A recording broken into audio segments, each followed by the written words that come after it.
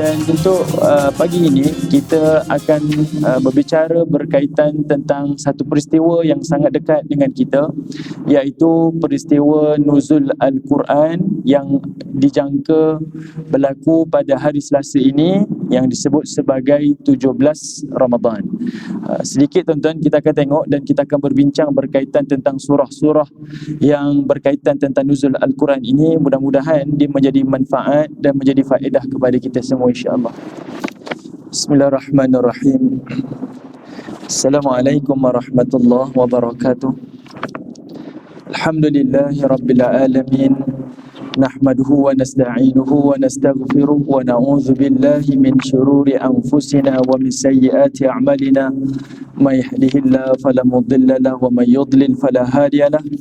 Asyhadu an la ilaha illallah wahdahu la syarika lah wa asyhadu anna Muhammadan abduhu wa rasuluh. Allahumma himna rushdina wa idna min syarri nafsina. Rabbi zidna ilman nafi'a warzuqna fahmah. Allahumma fahman nabiyyin wa hifzal mursalin wa ilhamal malaikatil muqarrabin birahmatika ya arhamar rahimin. Subhanaka la ilma lana illa ma 'allamtana innaka antal alimul hakim. Wala haula wala quwwata illa billahil aliyyil azim. Amma ba'. Alhamdulillah, pertamanya kita syukur pada Allah Subhanahu wa taala di atas kesempatan yang Allah izinkan kepada kita pada pagi ini untuk sama-sama kita menghidupkan hari-hari Ramadan kita dengan amal ibadah kepada Allah Subhanahu wa taala. Mudah-mudahan dengan amal-amal salih yang kita lakukan ini pada malam dan juga siang Ramadan, mudah-mudahan dia mengundang pengampunan daripada Allah Subhanahu wa taala seperti mana yang dijanjikan oleh Nabi sallallahu alaihi wasallam, ghufira lahu ma taqaddama min dhanbi. Allah akan memberikan pengampunan penuh kepada mereka yang melakukan ibadah puasa siang Ramadan dan juga menghidupkan malam Ramadan dengan qiyamnya. Dan mudah-mudahan tuan-tuan, ibu-ibu yang dirahmati oleh Allah, kehadiran kita ke majlis ilmu pada pagi ini akan melembutkan dan juga akan menjinakkan hati dan jiwa kita, dan mudah-mudahan Allah Ta'ala akan membimbing hati-hati kita dengan taufik dan hidayah. Seterusnya Allah meridai apa yang telah kita lakukan di atas muka bumi ini insya-Allah. Amin ya rabbal alamin. Dan untuk pagi ini kita akan berbicara berkaitan tentang satu peristiwa yang sangat dekat dengan kita, iaitu peristiwa nuzul Al-Quran yang dijangka berlaku pada hari Selasa ini yang disebut sebagai 17 Ramadan. Sedikit tuan-tuan kita akan tengok dan kita akan berbincang berkaitan tentang surah-surah yang berkaitan tentang nuzul Al-Quran ini. Mudah-mudahan dia menjadi manfaat dan menjadi faedah kepada kita semua insya-Allah. Baik. Dalam kitab Bidayah wan Nihayah dikarang oleh Al-Imam Ibn Kathir tuan-tuan, nuzul Al-Quran dia ada dua tarikh. Yang masyhur dan yang paling kuat disebutkan oleh Al-Imam Ibn Kathir iaitu pada 17 Ramadan. Namun satu pandangan yang lain, nuzul Al-Quran itu adalah merujuk kepada 24 Ramadan. Dia ada dua tarikh. Tapi yang paling masyhur iaitu 17 Ramadan. Dan nuzul Al-Quran adalah hari ataupun peristiwa yang berbeza dengan Lailatul Qadar. Mungkin di antara kita menyangka nuzul Al-Quran merupakan peristiwa penurunan Al-Quran, maka bererti nuzul Al-Quran itu adalah Lailatul Qadar, sebab Allah Ta'ala menyebutkan Quran diturunkan pada malam Lailatul Qadar. Sebenarnya tuan-tuan, ada sebahagian pendapat seperti itu. Namun satu lagi pendapat, iaitu tidak sama di antara nuzul Al-Quran dan juga Lailatul Qadar. Lailatul Qadar merupakan fasa daripada penurunan Al-Quran di Lauh Mahfuz ke Baitul Izzah. Daripada perbendaharaan Allah diturunkan ke langit bumi ni tuan-tuan, dipanggil sebagai Baitul Izzah. Peristiwa itu disebut sebagai malam Lailatul Qadar. Penurunan itu berlaku pada malam Lailatul Qadar. Daripada Baitul Izzah, langit bumi diturunkan kepada Nabi SAW yang berturut-turut 23 tahun tuan-tuan. Yang berturut-turut 23 tahun. Penurunan kali pertama kepada Nabi SAW yang kita panggil sebagai wahyu yang pertama, itulah peristiwa yang disebut sebagai nuzul Al-Quran. Maksudnya nuzul Al-Quran ini adalah peristiwa yang berlaku pada Nabi SAW. Wahyu yang pertama turun pada Nabi iaitu surah Iqra. 5 ayat yang pertama itu diturunkan kepada Nabi pada bulan Ramadan di Gua Hira, jatuhnya pada 17 Ramadan. Sebahagian daripada ulama sirah mengatakan 24 Ramadan. Jadi nuzul Al-Quran adalah merujuk kepada wahyu yang pertama yang diturunkan kepada Nabi SAW. Okey, dia bukanlah peristiwa Lailatul Qadar. Baik. Dan bila kita bicara berkaitan tentang wahyu yang pertama diturunkan kepada Nabi SAW, maka ada beberapa surah yang berkait dan bersangkutan dengan peristiwa tersebut, yang mana Allah Ta'ala menyusun dengan dalam keadaan yang paling sempurna di dalam Quran, iaitu tuan-tuan boleh tengok pada surah yang ke-96 di dalam Quran, iaitu surah Al-Alaq. Untuk permulaan ni tuan-tuan, saya maklumkan kita tak akan baca sampai habis surah Al-Alaq ni sebab dia ada 19 ayat. Cumanya saya akan tunjukkan kepada tuan-tuan perkaitan dan pengajaran yang kita boleh ambil iktibar. Lagipun kita dah bincang tuan-tuan tafsiran surah-surah ini, cuma hari ini kita akan bincang untuk fokus kepada nuzul Al-Quran. Baik. Tuan-tuan boleh tengok pada surah yang ke-96 iaitu surah Al-Alaq, surah yang dikenali sebagai surah Iqra. Surah yang dikenali sebagai surah Iqra iaitu surah Al-Alaq. Bismillahirrahmanirrahim. Kalau tuan-tuan tengok pada ayat yang pertama, Allah Ta'ala membuka surah ini dengan kalimah Iqra bismi rabbikal ladzi khalaq, khalaqal insana min 'alaq. Allah Ta'ala menurunkan wahyu yang pertama kepada Nabi SAW dengan kalimah Iqra, iaitu fi'lul amr kat sini. Bacalah dengan nama Tuhan kamu yang menciptakan. Kenapa Allah Ta'ala turunkan wahyu yang pertama dengan kalimah Iqra?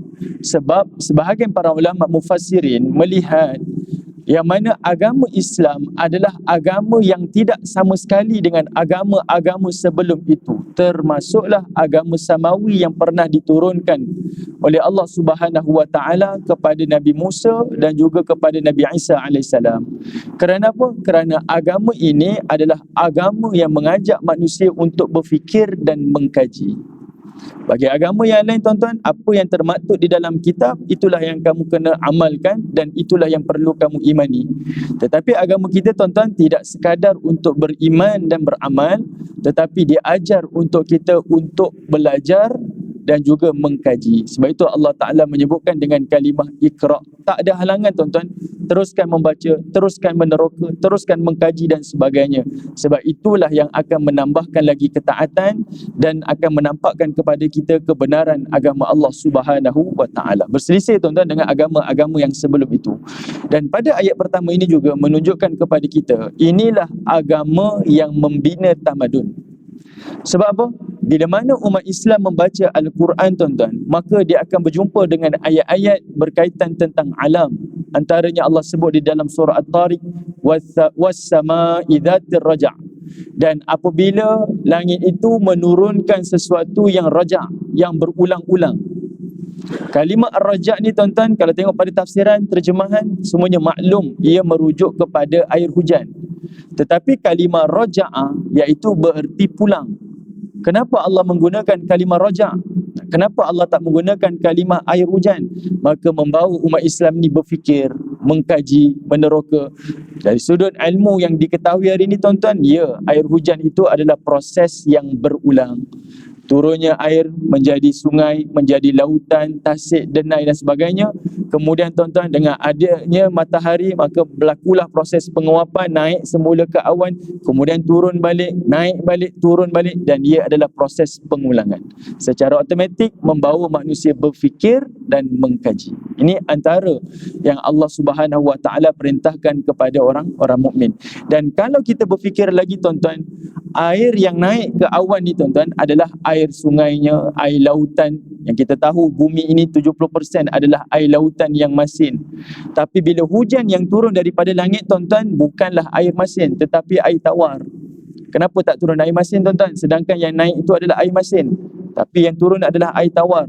Dari sudut kajian kita, ya, kerana adanya proses itu, proses ini, haba itu, haba ini, mengkaji dan sebagainya tuan-tuan, berlakulah perubahan, air yang turun menjadi tawar. Namun dari sudut zahir kalau kita berfikir, di situlah adanya kekuasaan daripada Allah Subhanahu wa taala. Samalah juga tuan-tuan apabila Allah Ta'ala menyebutkan dalam Quran wadduha wallail, kemudian Allah Ta'ala sebut dalam beberapa ayat-ayat yang lain berkaitan tentang waktu duha, waktu malam. Allah Ta'ala bersumpah dan Allah Ta'ala menyebutkan berkaitan tentang bulan, bintang dan sebagainya. Secara automatik tuan-tuan mengajak manusia untuk menjadi orang yang pakar dalam ilmu bintang, pakar ilmu falak, kan? Sebab apa? Dengan melihat bintang, melihat bulan, kita mendapat sesuatu. Contoh, kenapa dalam kalender hijrah kita, dia ajar kepada kita supaya penentuan tarikh kalender ini adalah melihat kepada anak bulan. Kenapa tak melihat kepada matahari? Tuan-tuan nak raya tuan-tuan, kita tengok je matahari, oh rayalah. Sebab apa? Melihat matahari lebih mudah daripada nak melihat anak bulan. Sepatutnya macam tu. Tetapi di sinilah adanya ilmu Allah, dan di sinilah ada hikmah kenapa Allah Ta'ala menciptakan matahari dan juga bulan. Sebab dalam kalender Masihi tuan-tuan, mereka melihat, disebut sebagai takwim syamsiah, melihat kepada matahari yang mengelilingi bumi. Tapi dalam kalender hijrah kita adalah kalender qamariyah, melihat anak bulan yang mengelilingi bumi. Kenapa tuan-tuan? Sebab matahari adalah makhluk yang paling jelas. Tuan-tuan tak payah cerap, tuan-tuan tengok saja dah nampak. Tetapi berbeza dengan bulan. Dan bulan ni tuan-tuan, dia boleh ditentukan secara tepat tarikhnya. Tuan-tuan tengok bulan mengambang, tuan-tuan maklum ini adalah 15 hari bulan. Tuan-tuan tengok nanti bulan dalam keadaan hilang cahayanya, kita maklum ini adalah 29 hari bulan, kan? Kemudian daripada itu keluarlah satu lagi anak bulan yang tak boleh dilihat dengan mata, dia mesti menggunakan alat-alat dia. Maka kita tahu esoknya adalah satu hari bulan. Ini antara, sebab itu bulan ni dia ada manzilah dia, dia ada fasa-fasa dia, perubahan-perubahan dia. Sebab di situlah ada penentuan tarikh kalender di dalam kehidupan ini. Ini antara hikmah tuan-tuan. Allah Ta'ala perintahkan pada ayat pertama ini dengan kalimah Iqra sebagai wahyu yang pertama kepada Nabi SAW. Inilah agama yang mengajar umat dia membina ketamadunan. Dan yang kedua tuan-tuan, Allah Ta'ala menyebutkan khalaqal insana min 'alaq, iaitu Allah Ta'ala memerintahkan manusia ini, Allah Ta'ala menyebutkan dialah Tuhan yang menjadikan manusia ini daripada segumpal darah. Baik, saya terlupa tuan-tuan. Ayat pertama tadi, bila Allah suruh kita membaca, tak sekadar belajar, mengkaji dan sebagainya, tetapi Allah Ta'ala memerintah kita melakukan itu dengan nama Allah Ta'ala. Belajar kerana Allah, menuntut ilmu kerana Allah, membina tamadun kerana Allah Ta'ala. Sebab apa? Sebab ada orang berilmu tuan-tuan, tapi disalurkan kepakaran dan keilmuannya kepada perkara-perkara yang batil. Hari ini dunia kita adalah dunia tanpa sepadan. Berapa ramai hackers di luar sana tuan-tuan. Dari sudut teknologinya, dia boleh mencuri maklumat daripada skrin dan sebagainya. Adakah mereka tak tahu?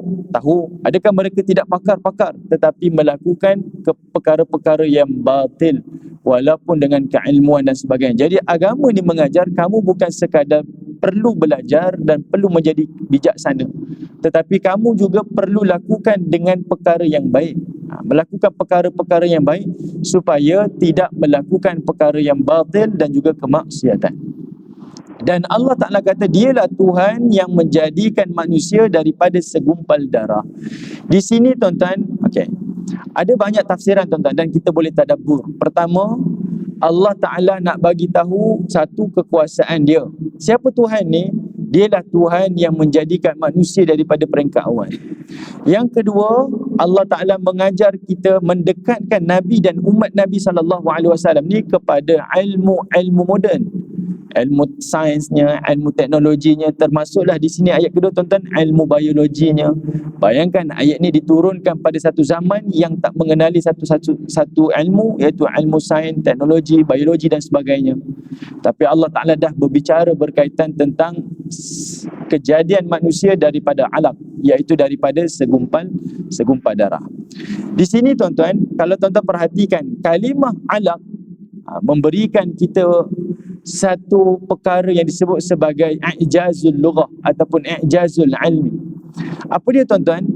Dari sudut Quran, fasa kejadian manusia ni ada 5. Pertama disebut sebagai nutfah, yang kedua disebut sebagai alaqah, ketiga disebut sebagai mudghah, yang keempat disebut sebagai idham, dan yang kelima disebut sebagai laham. Dalam bahasa kita tuan-tuan, dia ada zygote, dia ada embrio, kemudian dia ada fetus, jadilah sampailah manusia dilahirkan. Itu proses yang Allah Ta'ala sebut dalam Quran dan apa yang kita kaji, penemuan kita dalam ilmu-ilmu kita. Yang lebih menarik tuan-tuan, kalimah alaq itu Allah menggunakan dengan kalimah yang sangat tepat. Baik. Ada satu kisah tuan-tuan daripada Abu Jahal. Dia pernah mengejek Nabi dan menyindir Nabi SAW. Disebutkan di dalam surah Yasin, bila mana Abu Jahal kata, qala man yuhyil 'idham wa hiya ramim. Katakanlah wahai Muhammad, siapa yang boleh hidupkan tulang belulang yang telah hancur ini? Masa tu Abu Jahal tuan-tuan, dia pegang Abu Mayat dan dia ditiup di muka Nabi SAW. Cakap pada aku, siapa yang boleh hidupkan tulang belulang yang telah hancur ini? Lalu Allah Ta'ala firman dalam Quran tuan-tuan, dalam surah Yasin, Allah kata apa? Qul, jawab wahai Muhammad, yuhyihalladzi ansha'aha awwala marrah. Kata Allah Subhanahu Wa Ta'ala, yang menghidupkan tulang-tulang itu nanti adalah Tuhan yang menciptakan kamu pada kali pertama dahulu. Maksudnya Allah jawab dengan kadar yang rasional. Allah tak jawab dengan jawapan yang agak sukar difahami oleh orang yang tak beriman. Cakap dia sahaja Muhammad, kun fayakun. Kita yang beriman, kita boleh yakin tuan-tuan. Tapi orang yang tak beriman, dia tak boleh yakin. Macam mana saya pun tak beriman, kenapa nak kata kun fayakun? Jadi Allah kata apa? Dialah Tuhan yang ciptakan kamu kali pertama, dan dialah juga Tuhan yang sama yang akan menciptakan kamu setelah tulang-tulang ini hancur. Baik. Jawapan ni sangat rasional tuan-tuan. Saya rasa saya dapat bagi contoh pada ayat ini, iaitu Allah Subhanahu Wa Ta'ala membayangkan kepada kita dari sudut ilmu kita, nak menciptakan sesuatu buat kali pertama, seperti mana telefon tuan-tuan.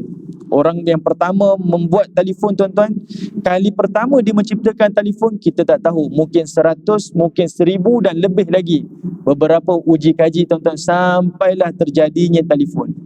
Tetapi untuk mencipta telefon yang kedua, ketiga, sampailah hari ini menjadi smartphone, dia bukan perkara yang sukar. Buat pertama kali, penciptaan sesuatu benda itu sangat sukar. Tapi kali kedua dan berikutnya, dia sangat mudah. Maka Allah Ta'ala nak menyampaikan dari sudut logik akal manusia, kalau penciptaan pertama manusia yang sukar itu, daripada tak ada kepada ada pun aku boleh ciptakan, untuk cipta kali kedua, walaupun kamu dah jadi tulang belulang yang hancur sekalipun, ia lebih mudah bagi aku. Itu jawapan yang Allah Ta'ala cuba sampaikan. Dan Allah perintahkan pada Nabi supaya maklumkan kepada Abu Jahal. Tapi lebih menarik tuan-tuan, Allah menggunakan kalimah ansha'akum. Ansha'akum. Kalimah ansha'akum iaitu kalimah menjadikan kamu.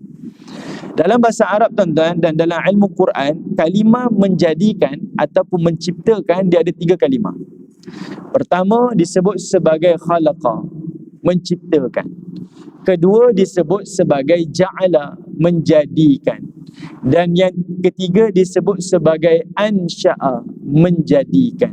Ini 3 kalimah yang hampir sama tuan-tuan. Dalam bahasa kita, menciptakan dan menjadikan adalah perkataan yang hampir sama. Kalau Allah gunakan kalimah khalaqa, itu bererti Allah menciptakan daripada sesuatu yang tiada kepada ada, dan dia adalah sifat khusus kepada Allah. Sebab itu Allah dikenali sebagai khaliq dan kita dikenali sebagai makhluk. Dia datang daripada kalimah khalaqa, menciptakan daripada sesuatu yang tak ada kepada yang ada. Kalau Allah menggunakan kalimah ja'ala, iaitu kalimah menjadikan, daripada sesuatu yang dah ada kepada sesuatu yang ada dalam bentuk yang lain. Dan ini adalah khusus kepada perkara-perkara yang ghairul akil, iaitu selain daripada manusia. Pokok kayu ditukar menjadi meja kayu, itu kalimah ja'ala, menjadikan. Tapi kalau kalimah ansha'a adalah dia sama macam kalimah ja'ala, daripada sesuatu yang ada kepada sesuatu yang lain, tetapi dia khusus untuk manusia. Itu kalimah ansya'a. Dan Allah menyebutkan manusia itu dijadikan daripada sesuatu yang lain kepada sesuatu yang lain. Kenapa? Sebab 5 fasa tadi tuan-tuan. Daripada nutfah, Allah ubah manusia jadi alaqah. Daripada alaqah berubah menjadi mudghah. Daripada mudghah berubah menjadi idham. Kemudian berubah menjadi laham. Ya, ini ilmu Allah tuan-tuan. Hari ini manusia menemui penemuan ini. Oh, rupa-rupanya kita ni bukanlah seperti mana yang disebutkan. Penemuan falsafah dahulu, manusia ni sebenarnya kerdil, berada dalam janin seorang ibu, kerdil. Kemudian dia membesar, lahir dan besarlah sampailah macam hari ini. Jawapannya tidak. Kita rupanya daripada bentuk yang lain-lain. Daripada air maninya, kemudian berubah menjadi zygotnya, kemudian berubah menjadi embrionya, kemudian berubah menjadi fetusnya, kemudian jadilah janin macam hari ini, kemudian lahirlah menjadi manusia yang sempurna. Ada perasaan, ada emosi, ada syahwat, ada kehendak dan sebagainya. Allah menggunakan kalimah yang sangat tepat. Okey, iaitu kalimah ansya'a di situ. Okey, tuan-tuan perhatikan pada ayat kedua. Allah menggunakan kalimah alaq. Alaq di sini diterjemahkan sebagai segumpal darah. Kalimah alaq ni tuan-tuan, para ulama tafsir melihat ada 3 tafsiran. Pertama, alaq ini bererti melekat.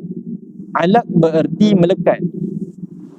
Bila persenyawaan berlaku tuan-tuan, maka kita kata di antara sperma dan juga ovum ni, bila dia bertemu maka dia akan melekat di dinding rahim seorang wanita.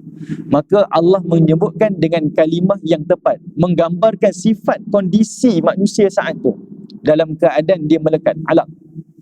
Yang kedua, alaq juga memberi maksud tersekat. Sebab itu diterjemahkan sebagai segumpal darah. Dia tak mengalir darahnya tuan-tuan, dia hanya segumpal darah sahaja. Segumpal darah sahaja. Maka dia seolah dia tersekat. Okey, darah tu tak mengalir. Berbeza kita hari ni tuan-tuan, darah kita mengalir.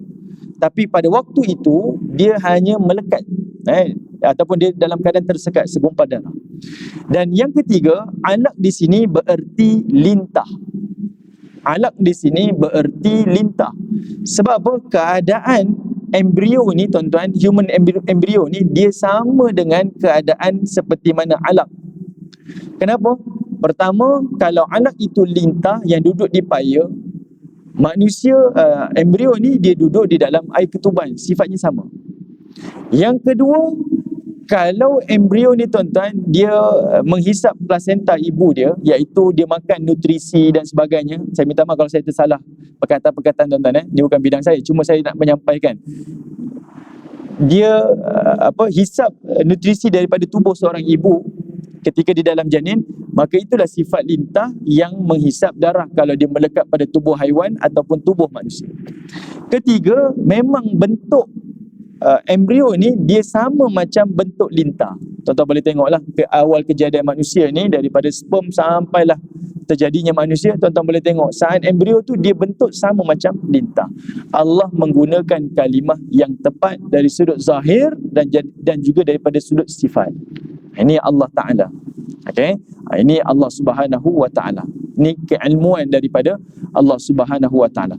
Yang kedua tuan-tuan, dari sudut pertama tadi, mendekatkan manusia dengan satu ilmu. Akhirnya manusia mengkaji, jadi alim, membina ketamadunan, jadi dari sudut kesihatan dan sebagainya. Yang kedua, ayat ini tuan-tuan, dia tak sekadar bercerita tentang itu, tetapi seolah-olahnya memberi jaminan kepada dakwah Nabi. Kenapa Allah turunkan pada peringkat awal dakwah Nabi tuan-tuan? Seolah-olahnya Allah nak bagi tahu, wahai Muhammad, kalau sekalipun dakwah kamu ni sukar, kamu nak berdakwah ni sukar, tapi ingat, dakwah kamu itu adalah seperti alaq. Apa maksud alaq tadi tuan-tuan? Iaitu embrio yang berada di dalam rahim seorang ibu. Setiap janin yang ada dalam rahim seorang ibu tuan-tuan, dia adalah dijanji dan dijamin oleh Allah Ta'ala. Kan seorang janin, satu janin berada dalam rahim ibu. Ayah tak tahu, ibu pun tak tahu. Kita tahu ke bila janin tu makan? Kita tak tahu. Bila janin itu minum? Kita tak tahu, tuan-tuan. Jantina janin pun kita tak boleh tentukan dan kita tak tahu. Kenapa? Summas sabila yassarah. Kata Allah Subhanahu Wa Taala, sebab Allah sahajalah Tuhan yang memudahkan janin di dalam rahim seorang ibu. Allah mudahkan proses dia. Allah nak kata apa? Seperti itu aku menjamin dakwah Nabi SAW. Tidak ada gangguan daripada mana-mana makhluk. Macam mana ada satu janin dalam perut, tuan-tuan, tak ada orang boleh kacau, tak ada orang boleh sentuh, tak ada orang boleh mengapa-apakan dia. Macam itulah dengan dakwah Nabi SAW. Walaupun peringkat awal macam-macam tentangan, tapi Nabi kena yakin dengan Allah Subhanahu Wa Taala yang mana dakwah Nabi itu tidak akan diapa-apakan. Sebab itu tuan-tuan akan tengok fasa kedua dalam surah Al-Alaq ini, Allah bicara berkaitan tentang Abu Jahal. Yang mana Abu Jahal menghalang Nabi daripada berdakwah. Lalu Allah cabar dan Allah kata sanad'uz zabaniyah. Kalau kamu panggil satu lembah manusia untuk menghalang Muhammad daripada beragama, daripada menunaikan ibadah kepada Allah, aku akan memanggil malaikat Zabaniyah, malaikat daripada neraka untuk menyeksa dan mengadab kamu. Allah Ta'ala nak tunjukkan perlindungan dan juga Allah Ta'ala melihatkan kepada kita penjagaan keselamatan kepada dakwah Nabi SAW. Dan kita menjadi saksi, tuan-tuan, agama ni berkembang dengan sempurna sampai hari ini. Baik, saya tak teruskan, tuan-tuan, cuma saya nak nampakkan surah demi surah. Kalau tuan-tuan tengok surah Al-Alaq bicara berkaitan dengan ni, tuan-tuan, tengok surah sebelum itu Allah Ta'ala bicara di dalam surah At-Tin. Dalam surah At-Tin. Surah At-Tin ni, tuan-tuan, walaupun inilah satu-satunya surah yang Allah buka dengan nama buah-buahan dan Allah namakan surah ini dengan nama buah-buahan, hakikatnya surah ini tidak berbicara tentang buah-buahan. Tak. Surah ini berbicara berkaitan tentang manusia. Walaupun namanya surah Tin, satu-satunya surah dalam Quran yang dinamakan dengan nama buah-buahan, tapi surah ini berbicara berkaitan tentang manusia. Secara ringkasan, tuan-tuan, ayat pertama, ayat kedua, ayat ketiga, Allah meletakkan ada 4 sumpahan. Sumpahan buah tin dan juga buah zaitun, sumpahan bukit Tur Sina, dan sumpahan hadzal baladil amin, negeri yang aman, iaitu kota Mekah. Dua ayat 2, ayat 3, tuan-tuan, 2 ayat di sini adalah merujuk kepada tempat, Bukit Tur Sina dan juga bumi Mekah. Cuma ayat pertama sahaja Allah bersumpah dengan buah tin dan buah zaitun. Jadi Al-Imam Ibn Kathir, tuan-tuan, mengambil beberapa pandangan daripada para sahabat Nabi dan juga para tabi'in. Dia menyebutkan 3 ayat pertama ini adalah bersumpah dengan tempat. Walaupun At-Tin dan Az-Zaitun itu adalah buah-buahan, tapi sebenarnya yang Allah bersumpah adalah dengan nama tempat. Maksudnya apa? Buah tin dan buah zaitun bererti Allah bersumpah dengan bumi Syam, sebab di bumi itulah suburnya buah tin dan juga buah zaitun. Okey, di bumi itulah suburnya buah tin dan juga buah zaitun. Okey, di bumi Syam. Iaitu lebih spesifik lagi, tuan-tuan, buah tin dan buah zaitun ini dia sangat subur di satu daerah namanya Baitul Laham. Di antara kota Syam, tuan-tuan, yang paling utama adalah Palestin lah hari ni. Palestin, sebahagian daripada Jordan, Syria, Lebanon, ini daerah yang kita sebut sebagai Haulah Syam, sekitar Syam ni. Khususnya adalah Baitul Laham, iaitu berada di Palestin. Apa berkaitan 3 perkara ni, tuan-tuan? 3 ini adalah berbicara berkaitan tentang Nabi yang terdahulu. At-Tin Az-Zaitun merujuk kepada Palestin. Merujuk kepada siapa? Iaitu Nabi Isa alaihissalam. Kemudian Waturi Sinin, Bukit Tur Sina adalah merujuk kepada Nabi Musa alaihissalam. Manakala wahadzal baladil amin, Allah bersumpah dengan negeri yang aman, iaitu kota Mekah, merujuk kepada Nabi sallallahu alaihi wasallam. 3 nabi ni, tuan-tuan. Kenapa? 3 nabi ni agamanya berkembang sampailah ke hari kiamat. Okay, agamanya berkembang sampailah hari kiamat. Nasraninya, Yahudinya dan juga agama Islam. Ayat keempat, Allah kata laqad khalaqnal insana fi ahsani taqwim. Kita maklum tuan-tuan ayat ni. Sebaik-baik kejadian manusia ni Allah lah yang menciptakan kepada manusia. Dialah ahsan taqwim, sebaik-baik kejadian.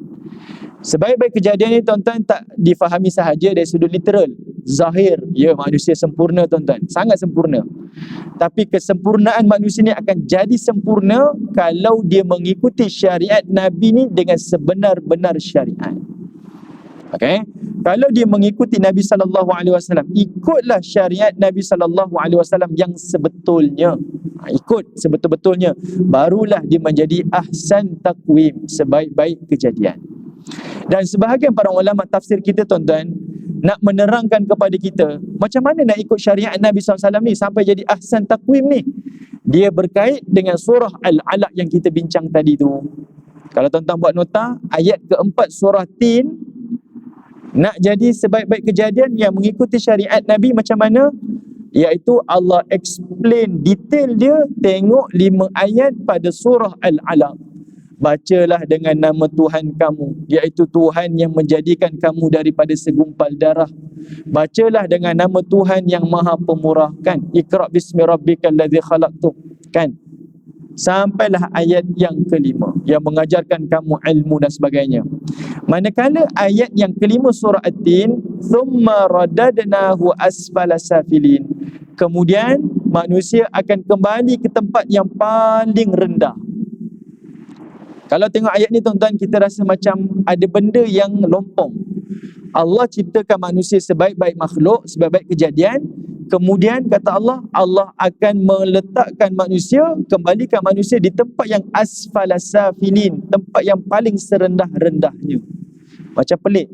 Sudah ciptakan manusia paling terbaik, kemudian letak tempat yang paling hina. Kenapa Allah tak muliakan? Seolah-olahnya macam ada benda tak kena. Tapi pada ayat kelima surah At-Tin, Allah Ta'ala para ulama kita menyebutkan ada 2 tafsiran. Tafsiran yang pertama adalah tafsiran di dunia.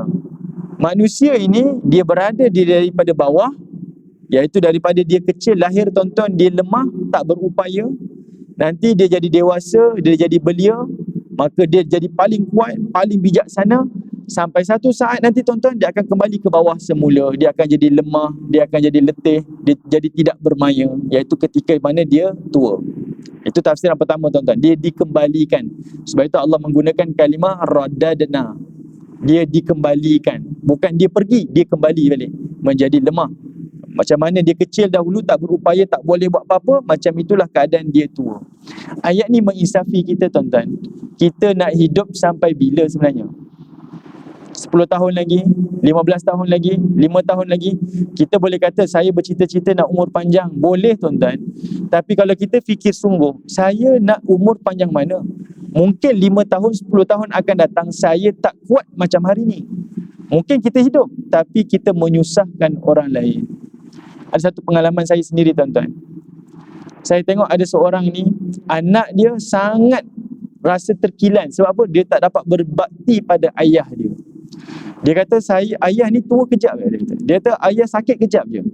Sepanjang hidup ayah dia sangat memudahkan. Anak-anak sangat selesa untuk uruskan ayah dia. Setiap minggu balik untuk ziarah ayah dia. Sebab apa? Dia rasa seronok untuk berbakti pada ayah dia. Ayahnya sakit seminggu je. Dan seminggu tu anak-anak semua pakat balik tuan-tuan. Mandikan, suap makan, urus itu, urus ini. Kemudian ayahnya pergi. Mudah je. Anak-anak semua pakat kata apa? Saya tak puas untuk jaga ayah. Itulah yang paling terbaik. Jangan sampai tuan-tuan, anak kita rasa ayah menyusahkan saya. Jangan sampai tuan-tuan. Sebab kita tak tahu daya kita, tenaga kita sampai mana. Takut-takut kita membebankan waris-waris kita. Jadi kita tanya pada diri kita, saya kalau nak tua sampai mana? Kita kena maklum tuan-tuan, usia kita tak panjang mana pun. Kalau panjang pun, kalau boleh saya tak nak menyusahkan anak-anak. Sampai makan, mandi, nak cebok, nak berwuduk, nak solat, beribadah, kita berharap dan bergantung kepada orang lain. Bahkan takut-takut kita menyusahkan anak-anak kita ataupun waris-waris kita. Yang itu lebih kita cuba nak elakkan. Sebab itu Nabi ajar kita doa tuan-tuan. Supaya berdoa seperti mana yang kita maklum tuan-tuan. Jangan jadi malas, jangan jadi nyanyuk dan sebagainya. Tujuan dia apa? Supaya kita tak menyusahkan orang lain dan supaya orang tak merasa marah kepada kepada kita. Ini diajarkan tuan-tuan di dalam agama. Okey. Baik. Kemudian tuan-tuan, tafsiran yang kedua, thumma radadnahu asfala safilin, dekat sini iaitu Allah kata manusia ini akan kembali dalam keadaan yang serendah-rendahnya, adalah merujuk ke neraka Allah Subhanahu wa taala. Manusia dah diciptakan dengan kadar yang paling baik, tetapi akan dikembalikan di hari akhirat di dalam neraka Allah. Allah explain siapa yang manusia yang paling terbaik tapi mati nanti masuk ke dalam neraka yang paling hina. Allah nak kaitkan iaitu di dalam surah Al-Alaq daripada ayat 6 sampai ayat 19. Surah Al-Alaq, surah Iqra tadi tu tuan-tuan. Kat situ Allah datangkan satu model sebagai pengajaran kepada kita. Siapa? Iaitu Abu Jahal. Dia Allah berikan macam-macam nikmat.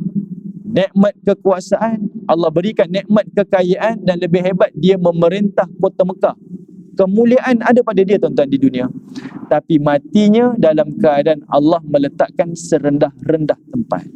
Itu model tuan-tuan sebagai pengajaran dan tauladan kepada kita. Jadi ayat 4 merujuk kepada 5 ayat pertama surah Al-Alaq.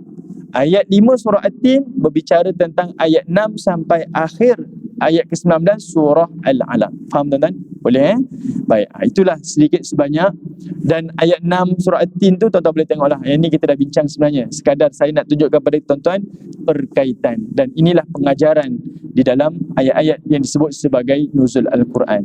Baik, tuan-tuan, sebelum saya berakhir tuan-tuan, dan kita pun akan bertemu nanti pada Syawal mungkin ataupun selepas Syawal.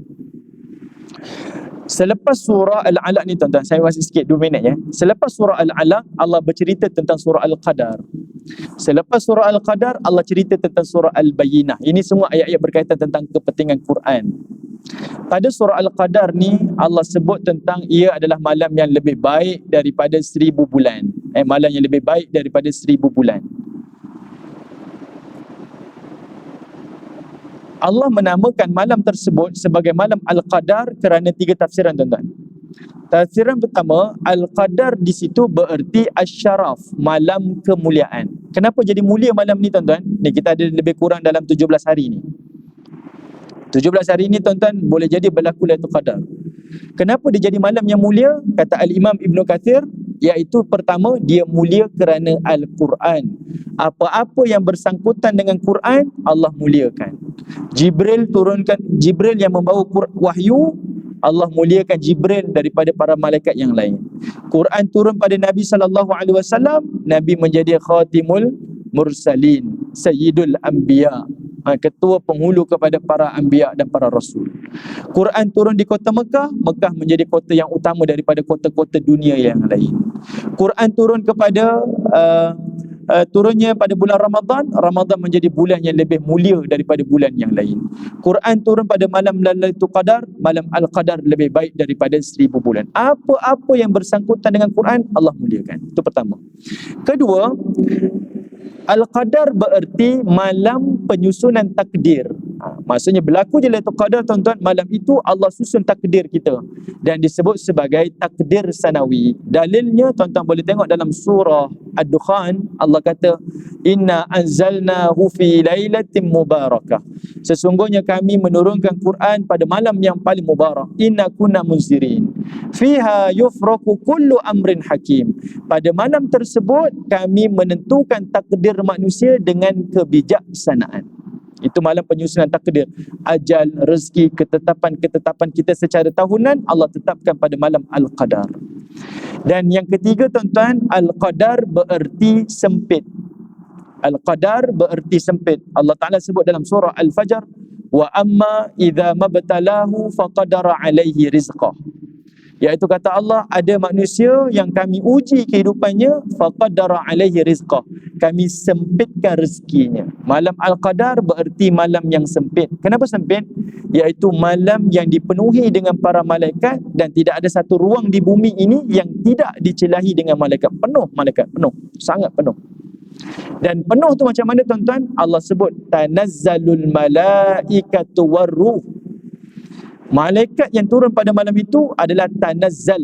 Tanazzal ni maksudnya penurunan secara continuous, penurunan secara berterusan. Okey. Ada 2 tafsiran tuan-tuan. Saya minta maaf ibu-ibu ayah, saya ambil ruang sikit je tuan-tuan. Ada dua tafsiran kalimat tanazzal. Al-Imam Ibn Ashur sebut dalam tafsir. Pertama, berterusan dekat sini adalah memberi maksud kepada kita, Lailatul Qadar ni dia berlaku saban tahun sampai hari kiamat. Mungkin dari sudut akal kita, logik kita, Quran turun sekali je daripada Lauh Mahfuz ke langit bumi, sekali je peristiwa tu. Maka peristiwa itu disebut sebagai peristiwa Lailatul Qadar. Tapi lepas tu Quran tak turun dah. Jadi tak boleh dipanggil sebagai Lailatul Qadar. Contohlah tuan-tuan, tarikh kemerdekaan Tanah Melayu ni 31 Ogos tahun 57. Itulah tarikh kemerdekaan kita. 31 Ogos tahun 1958 itu bukan tarikh kemerdekaan. Itu tarikh ulang tahun kemerdekaan. Merdeka sekali je tuan-tuan. Lepas-lepas tu sampailah ke hari ni, ini ulang tahun saja. Jadinya kalau nak kata bila berlaku Lailatul Qadar, secara logik sekali je berlaku dulu. Masa Allah turunkan sekali. Quran tak turun setiap tahun. Dia turun sekali je. Tapi kalimah tanazzal, kata Al-Imam Ibn Ashur, dia menafikan. Sebab Allah memberi isyarat, malaikat turun berterusan. Tahun ni turun, tahun depan turun, akan datang turun, sampailah kiamat. Dia tak putus. Maksudnya Lailatul Qadar berlaku saban tahun. Itu pertama. Yang kedua pula, kalimat tanazzal ni memberi isyarat banyak malaikat turun. Satu kumpulan malaikat turun, tak putus lagi tuan-tuan. Turun kumpulan yang kedua, ketiga, sampailah terbit fajar esok. Banyak macam mana? Banyak macam mana? Banyak dekat sini tuan-tuan adalah Allah memberi isyarat ar-ruh. Ar-ruh dekat sini adalah Jibril. Jibril yang turun. Macam mana tuan-tuan? Kalau kita pergi satu program, satu event yang datang ke dalam program ini adalah yang berhormat Perdana Menteri Malaysia. Apa yang tuan-tuan faham? Oh, program ni besar ni. Menteri-menteri kabinet akan turun. Kalau kita pergi majlis berbuka puasa, yang turun itu adalah yang di-Pertuan Agong. Maksudnya bawah-bawah dia mesti turun sebab yang di-Pertuan Agong pun turun. Maka kita boleh faham tuan-tuan, berapa ramai malaikat yang turun. Allah kata yang turun adalah Ketua Jibril. Artinya yang bawah-bawah, malaikat-malaikat yang bawah daripada Jibril semua akan turun. Tak boleh dibilang lah tuan-tuan, terlalu banyak malaikat yang turun pada malam tersebut. Dan Allah ikat dengan kalimah biizni rabbihim, dengan izin daripada Allah. Yang ni kalau ada orang duk bertanya, kita puasa lambat sehari daripada Arab Saudi. Kalau kita Lailatul Qadar malam, Saudi baru siang. Contoh ramai orang fikir macam tu kan, Saudi siang, US siang, Kanada siang, kita malam ni. Habis macam mana berlaku Lailatul Qadar? Tuan-tuan tak payah bincang tuan-tuan. Benda itu namanya biizni rabbihim. Dia berlaku dengan izin Allah. Ilmu Allah tu meluas, ilmu kita terbatas tuan-tuan. Soalan tu dia salah. Dia sama soalan macam kita kata, Nabi kata Allah turun pada sepertiga malam. Setiap tahun, bukan setiap tahun, setiap hari, tak kira bulan. Di penghujung malam Allah akan turun, memakbulkan doa hambanya dan menerima taubat hambanya. Kan kita bangun qiyam tu tuan-tuan sebab kita meyakini Allah turun setiap penghujung malam. Kalau kita bertanya macam mana Allah turun? Macam mana Allah turun? Bila kata Allah turun tuan-tuan, seolah-olahnya kita kata Allah berpindah daripada satu tempat ke satu tempat yang lain. Turun, kalimah turun. Maksudnya kononnya Allah duduk di atas, Allah turun ke langit bumi. Maksudnya dia tinggalkan arasnya dan dia turun ke bumi. Kalimah tu pun salah sebab disebut sebagai mujassimah. Kita menjisimkan Allah macam makhluk, berpindah daripada satu tempat ke satu tempat yang lain. Seolah-olahnya arasy Allah kosong lah sebab Allah turun ke bumi. Soalan tu pun salah. Jadi samalah kalau kita bertanya macam mana berlaku Lailatul Qadar ni, kami malam sana siang. Dia tak seperti itu tuan-tuan. Dia tak seperti itu. Okey. Sebab apa? Dia berlaku dengan izin daripada Allah Subhanahu Wa Taala. Kita beribadah mengikut tempat kita. Tuan-tuan puasa hari ni, berbuka puasa ikut waktu Mekah ke? Tak, kita ikut waktu Malaysia lah tuan-tuan. Waktu USJ. Kalau ikut waktu Mekah, tuan-tuan bukalah 12 tengah malam. Orang sini dah buka, tuan-tuan tak boleh buka lagi. Sebab apa? Kalau kita nak merujuk kepada negeri Mekah, tak boleh macam tu. Kita adalah merujuk kepada tempat kita, daerah kita. Macam mana berlaku, kita tak tahu tuan-tuan. Tapi dia berlaku dengan bi'izni rabbihim, dengan izin daripada Allah Ta'ala. Dan Allah tutup dengan kalimah salamun hiya hatta matla'il fajar. Malam itu malam yang sangat sejahtera, iaitu kalimah sejahtera kata Qatadah dan juga Mujahid. Malam itu tidak ada gangguan syaitan maupun kejahatan, kerana ia adalah malam penentuan takdir. Jadi Allah Ta'ala halang daripada apa-apa kejahatan yang berlaku pada malam tersebut. Jadi ala kulli hal tuan-tuan, saya minta maaf kalau agak ringkas untuk pagi ini. Tapi inilah sedikit sebanyak apa yang boleh saya sampaikan kepada tuan-tuan. Semoga ada manfaat. Dan akhir kalam tuan-tuan, Lailatul Qadar ni disebutkan dalam beberapa hadis Nabi SAW ada hari-harinya. Kalau mengikut Abu Sa'id Al-Khudri dan riwayat Al-Imam Muslim daripada Al-Imam Syafi'i yang cenderung dengan hadis ini, dia kata Lailatul Qadar berlaku pada malam yang ke-21. Malam yang ke-21. Ini pandangan daripada Abu Sa'id. Abu Sa'id kata macam ni sebab Nabi maklumkan dalam hadis tersebut malam ni Lailatul Qadar. Dan Abu Sa'id kata tanda Lailatul Qadar iaitu malamnya hujan. Ini hadis sahih tuan-tuan. Dan yang kedua, hari keesokannya matahari terbit dengan pucat. Itu antara disebut dalam hadis Nabi SAW. Jadi ala kulli hal, hidupkan tuan-tuan malam-malam Ramadan ini. Mudah-mudahan kita bertemu dengan Lailatul Qadar dan semoga Allah Subhanahu Wa Taala memilih kita sebagai orang yang menghidupkan malam-malamnya, dan mudah-mudahan Allah memberikan ganjaran Lailatul Qadar kepada kita semua insya-Allah. Wallahu a'lam. Assalamualaikum warahmatullahi wabarakatuh.